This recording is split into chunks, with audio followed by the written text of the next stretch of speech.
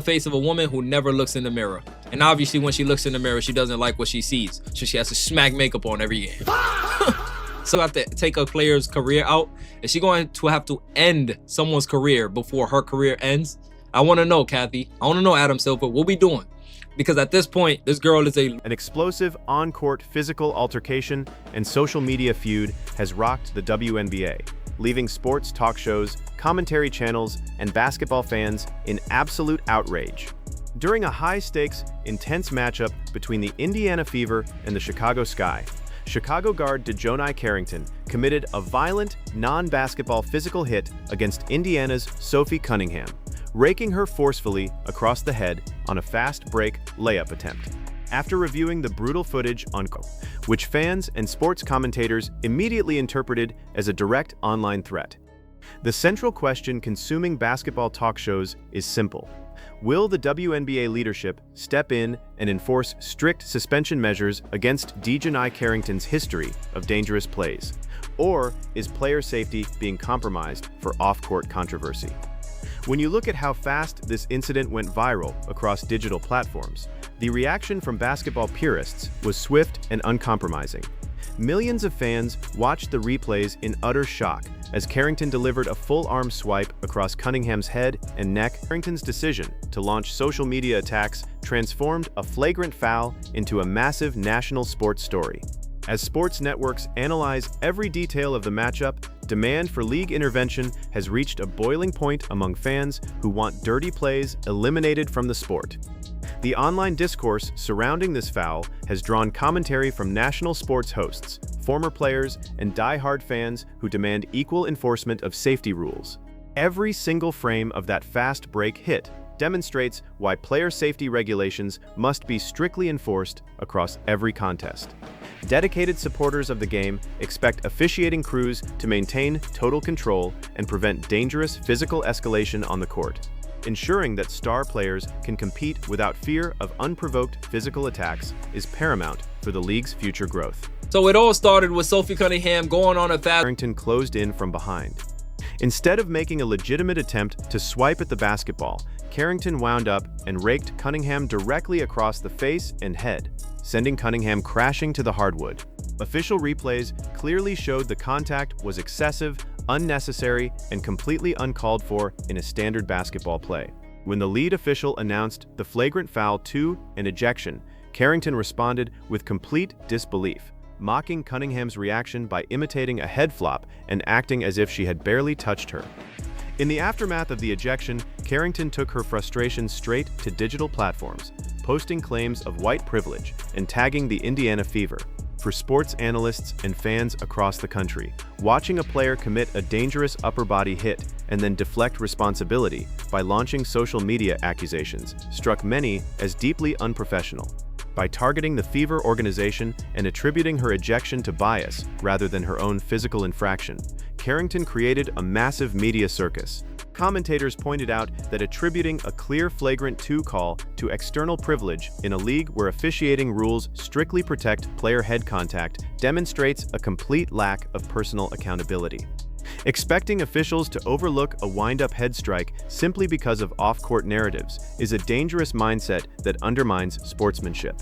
Refusing to take responsibility for on-court action stakes rather than deflecting blame onto external factors. Exactly what she said after this. So that wasn't enough. She took to X and said 8/23, August 23rd. And at first I'm like, okay, let me see what the hell August 23rd mean. Maybe her birthday's coming up. Maybe something important's coming up. Maybe she's trying to, lighten the mood. I'm trying to give her the benefit of the doubt. I'm like, let me look at the Chicago Sky schedule and look at what's on August 23rd. And it turns out the Indiana Fever play the Chicago Sky again on August 23rd, where DiJonai Carrington may try to get some payback for some. What truly alarmed sports commentators and fans was Carrington's cryptic social media post referencing August 23rd. When analysts examined the league calendar, they discovered that August 23rd marks the exact date Indiana and Chicago cross paths on the hardwood once again.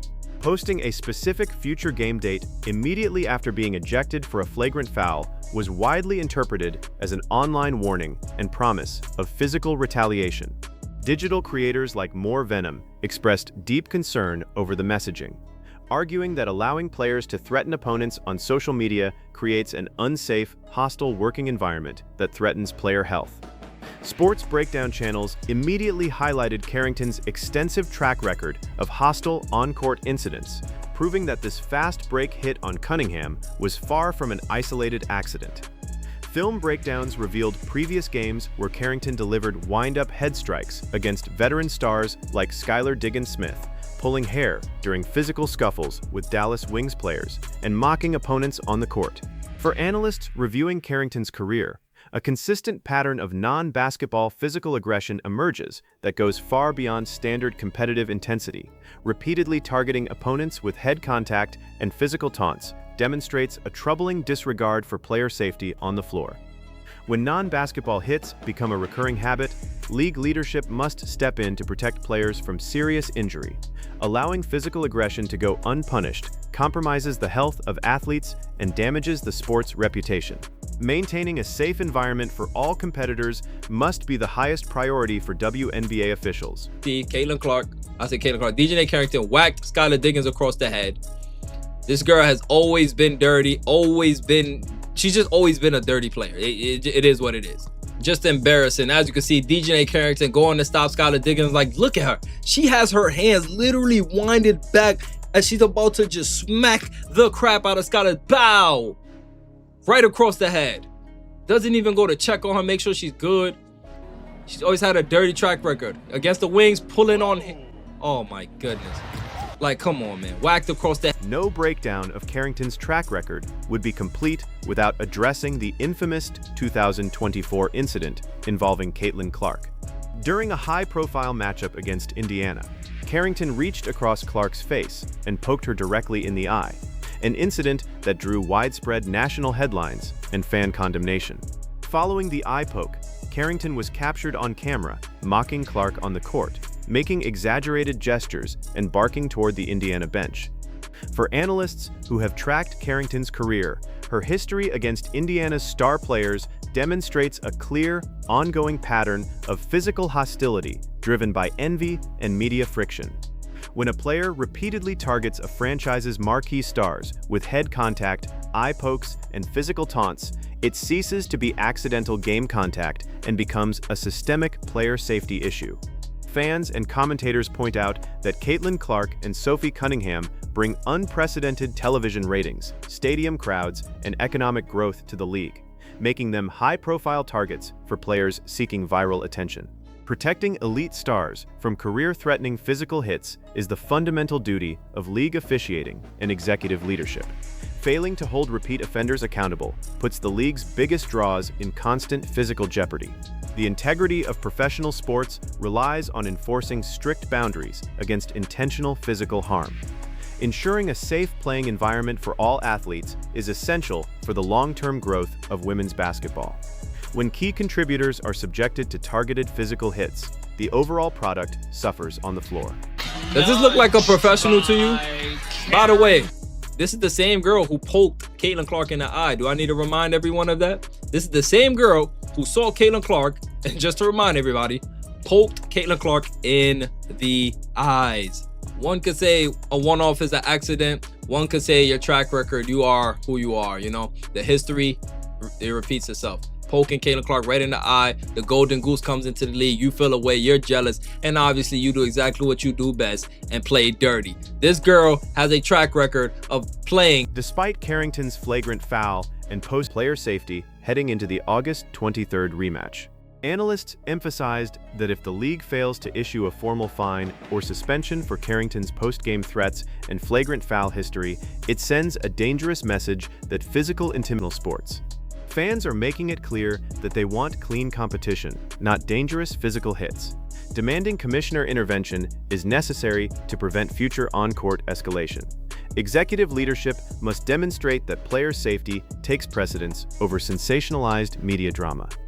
The league's credibility depends on upholding strict standards of conduct. Does not make sense. And as you guys can see, Sophie Cunningham had the last laugh at the end of this game, trolling, throwing up the three. Shout out to Sophie Cunningham, man. Just doing what she do best, man. But But DiJonai Carrington, she gotta go. This league, she's unprofessional. She clearly cannot play in this league. She's going to hurt somebody. And after saying what she said, talking about some, oh, August 23rd, huh?